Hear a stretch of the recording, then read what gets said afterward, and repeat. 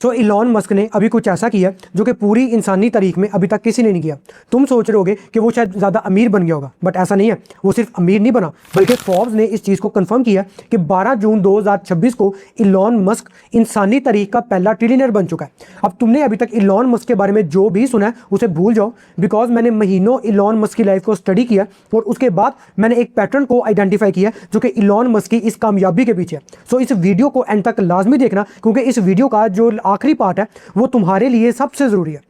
अब मुझे पता है कि जैसे ही मैंने बोला कि इलॉन मस्क दुनिया का पहला ट्रिलियनर बन चुका है, तो तुम्हारे दिमाग में आया होगा कि यार वो तो बहुत जीनियस होगा, या फिर वो 20-20 घंटे काम करता होगा, सोता नहीं होगा। बट ऐसा नहीं है। इलॉन मस्क को पैदा होते साथ ही नहीं पता था कि उसने ऐसे रॉकेट्स बनाने हैं जो कि रीयूज हो सके। इलॉन मस्क 2 दफ़ा ऑलमोस्ट बैंकरप्ट हो चुका था। उसे अपनी ही स्टार्ट की गई हुई कंपनी से निकाल दिया गया था। वो अपने ऑफिस के फ्लोर पे सोता था और जिम में नहाता था। क्यों? क्योंकि उसके पास सिर्फ इतने पैसे थे कि वो या तो अपना ऑफिस बना सकता था या फिर अपना घर ले सकता था। तो ये कहानी किसी गिफ्टेड सुपरमैन की नहीं है, बल्कि ये एक आम से लड़के की है कि जिसने एक पैटर्न को फॉलो किया, और वो पैटर्न जो कि कॉपी हो सकता है। तो सबसे पहले शुरू से स्टार्ट करते हैं, क्योंकि बहुत से लोगों को पता ही नहीं कि भाई आखिर इलॉन मस्क ने अपनी इस बिजनेस की जर्नी को स्टार्ट कैसे किया था। सो इलॉन मस्क ने अपने कॉलेज से फिजिक्स और इकोनॉमिक्स की डिग्री की और फिर उसका स्टैनफोर्ड में एडमिशन हो गया। अब ये एक सेफ पाथ था, वो पाथ जो कि तुम्हारे पेरेंट्स, तुम्हें सोसाइटी बोलते कि भाई अच्छी डिग्री करो और उसके बाद जॉब करो। इलॉन मस्क 2 दिन तक जाता रहा और फिर उसने अपनी डिग्री को छोड़ दिया। अब कोई बंदा दुनिया की बेस्ट यूनिवर्सिटी की डिग्री को क्यों छोड़ेगा? क्योंकि इलॉन मस्क ने उस टाइम पे एक अपॉर्चुनिटी को देख लिया था। उस टाइम पे एक छोटी सी नेट की कंपनी जिसका नाम नेटस्केप था, पब्लिक होती है और उसकी वर्थ बनती है $3 बिलियन। इलॉन मस्क ने इस चीज़ को भांप लिया था कि भाई ये जो इंटरनेट का बूम है ये अगले 10-20 सालों में नहीं आने वाला, बल्कि ये अभी आ रहा है। तो उसके पास अब 2 रास्ते थे, या तो वो अपनी डिग्री को कंटिन्यू रखता और किताबों में इस चीज़ को पढ़ता, या फिर वो इस चीज़ का हिस्सा बनता। सो इलॉन मस्क ने दूसरा रास्ता लिया। उसके पास कोई प्लान नहीं था, कोई बैकअप ऑप्शन नहीं था, सिर्फ उसके पास एक एहसास था कि हाँ भाई ये एक बड़ी अपॉर्चुनिटी हो सकती है।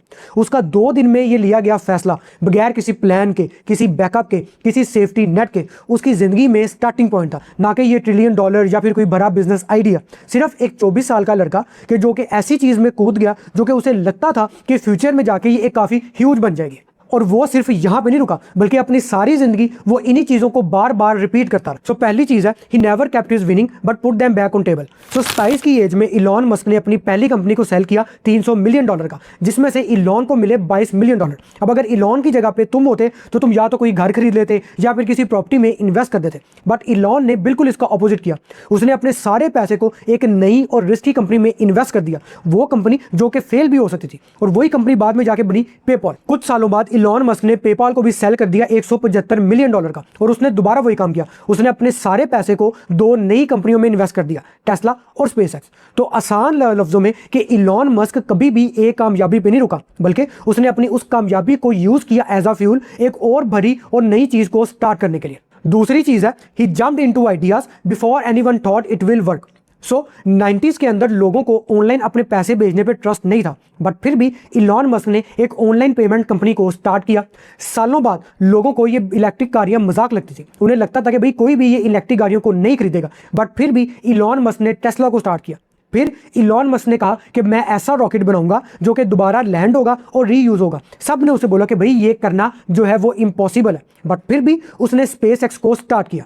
सो पैटर्न यहाँ पे बिल्कुल सेम है। इलॉन मस्क ने कभी भी एक आइडिया के सेफ या पॉपुलर होने का इंतजार नहीं किया, बल्कि उसने उस आइडिया में कूद गया जबकि लोग उस पर हंसते होते थे।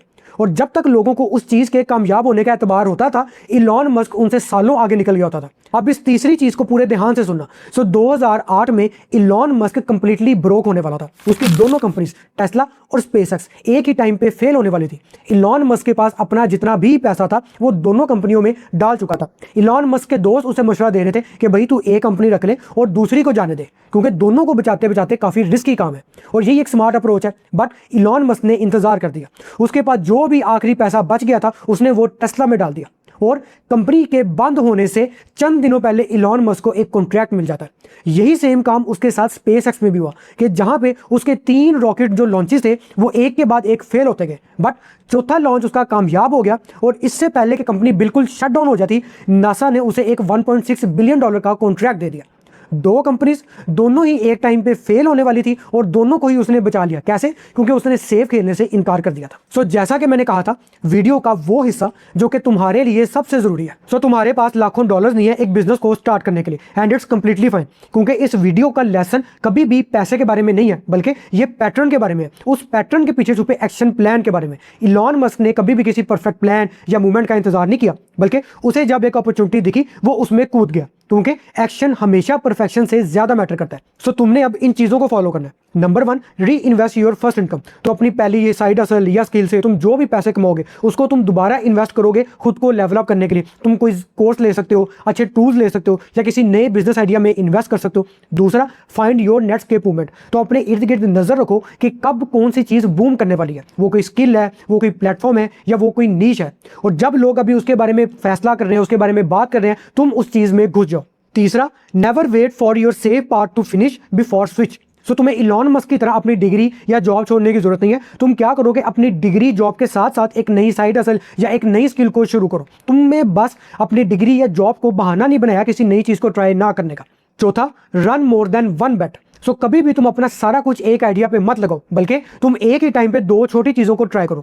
फॉर एग्जांपल, एक कंटेंट क्रिएशन या फिर फ्रीलांसिंग, ताकि तुम सिर्फ एक ही बिजनेस आइडिया पे डिपेंड होकर उसी के ही कामयाब होने की दुआएं ना मांगते रहा करो। और आखिरी है कि जब चीजें तुम्हारे लिए मुश्किल होना शुरू हो जाए तो तुमने उस टाइम पे छोड़ना नहीं है, बल्कि उसके साथ चिपके रहना, क्योंकि तुम्हारी लाइफ का डार्केस्ट मूवमेंट और तुम्हारी लाइफ का टर्न अराउंड कभी कभार एक हफ्ते में ही आ सकता है, जैसे कि इलॉन मस्क के साथ हुआ था। तो इलॉन मस्क दुनिया का अमीर तरीन आदमी इसलिए नहीं बना कि वो स्पेशल था, बल्कि वो इसलिए बना कि उसने अपनी सारी जिंदगी इस पैटर्न को फॉलो किया है बार बार।